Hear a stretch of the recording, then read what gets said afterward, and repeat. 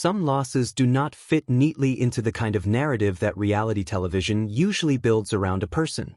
They are not dramatic in the way that a cheating scandal is dramatic, or messy in the way that a lawsuit is messy. They are just quiet and devastating and true. And when Shannon Storm's Beador posted about losing RHOC, that is exactly the kind of loss it was. The kind that stops you mid-scroll and makes you put your phone down for a second, because something in it just lands differently. If you have watched even a handful of seasons of The Real Housewives of Orange County, you know RHOC. You might not have consciously cataloged him as a significant presence in the Shannon Beador story, but he was there. Consistently, quietly, loyally there. In the background of moments that were falling apart. On the couch during scenes that were clearly being filmed in the wreckage of something painful. And over years of watching Shannon navigate a level of public personal collapse that would genuinely break most people, RHOC became part of the emotional shorthand for who she was underneath all of it. He was the constant when almost nothing else was. That matters more than it might sound. Think about what Shannon has actually been through on camera. Her husband's affair, drawn out across seasons in that particular RHOC way where the audience knows something is deeply wrong long before anyone says it out loud. The marriage fracturing and then officially ending. The weight fluctuations that she spoke about with a vulnerability that made some viewers uncomfortable precisely because it felt too real for a genre that usually keeps that kind of honesty at arm's length. The financial difficulties. The new relationship with John Jansen that looked, for a while, like it might actually be the chapter where things turned around, and then the deeply public unraveling of that, followed by a lawsuit and the particular sting of watching someone move on in the direction of her own family. Through all of it, every single stretch of it, RHOC was there. So when Shannon shared in early May that RHOC had been diagnosed with brain cancer, the response from people who follow her story was immediate and visceral. Not because a dog being ill is the most catastrophic thing in the world in the abstract, but because of what RHOC represented in the specific context of Shannon's life. He was not just a pet. He was a decade of companionship. He was the creature who had been present for the worst nights and the slow mornings and all the in-between moments that cameras never fully capture. And the idea of losing him, after everything else, carried a weight that felt disproportionate to some outside observers but made complete sense to anyone paying attention. She said they would fight. She meant it. That combination of stubbornness and love that Shannon tends to wear very openly, sometimes to her detriment in social situations but unmistakably genuinely, came through clearly in how she talked about RHOC's diagnosis. They were not giving up. The family was rallying.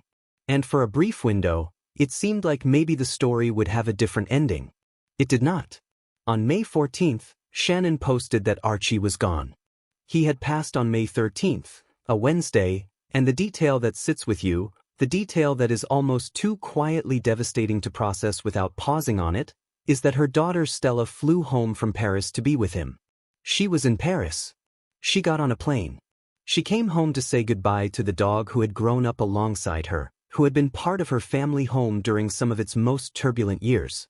If that does not communicate how deeply RHOC was woven into this family's emotional fabric, nothing does.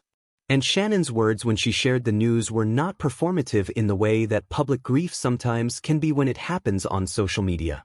There was something specifically personal in how she talked about him. The gratitude she expressed, not just for the years with RHOC, but for the fact that he had brought Troy into their lives, the newer dog who now carries forward some version of what RHOC meant. That detail reveals a person genuinely searching for the softer edges of a hard moment, trying to find the thread of something good in the loss. That is not a media strategy. That is just someone trying to survive a sad day. The RHOC cast response was immediate and, notably, warm across the board. Tamra Judge, Gretchen Rossi, Gina Kirchenheiter. The messages came from women who have not always been in Shannon's corner, women with whom the history is complicated and sometimes openly antagonistic on camera. And yet in this moment, whatever the interpersonal tensions are, they responded with genuine care. Tamra's image of RHOC running free with tennis balls is the kind of thing that reveals an emotional softness that often gets buried under the combative energy that makes for compelling television but occasionally makes you forget there is a real person underneath the cast role. The fan response carried its own particular texture. There is a specific relationship that long-term RHOC viewers develop with the peripheral figures in a cast member's life. The children who grow up on camera, the friends who appear occasionally, and yes, the animals who become familiar through years of background appearances. Archie had been around long enough that viewers had genuine feelings about him. The comments were not generic condolences. They were specific. People remembered him.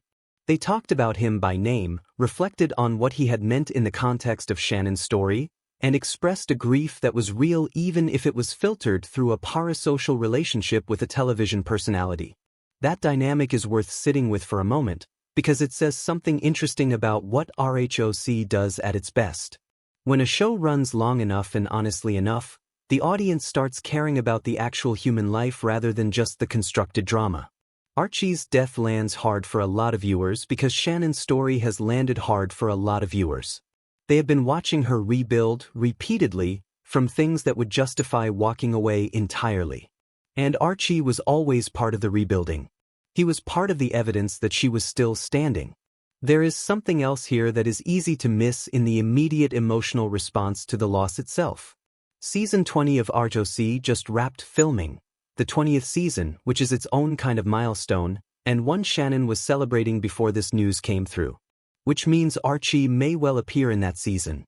Viewers watching it later will know what the audience at home knows now, that those might be some of his final months.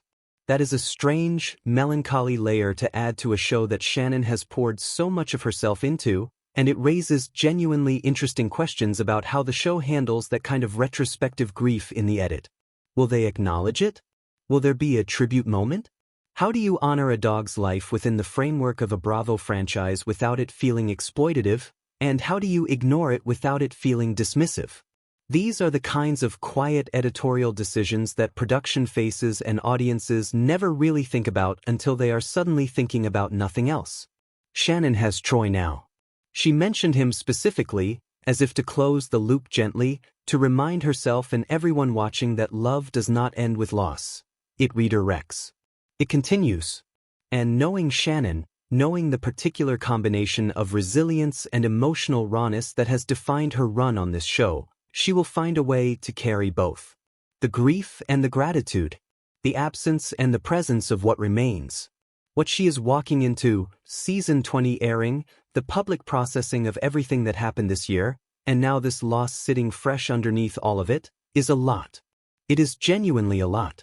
And whatever your complicated feelings about the Shannon Beador narrative over the years might be, this particular week deserves nothing but kindness. Leave your thoughts in the comments. Whether you have been watching Shannon since the beginning or came to her story somewhere in the middle, she is clearly someone who reads the responses and feels them. That matters right now.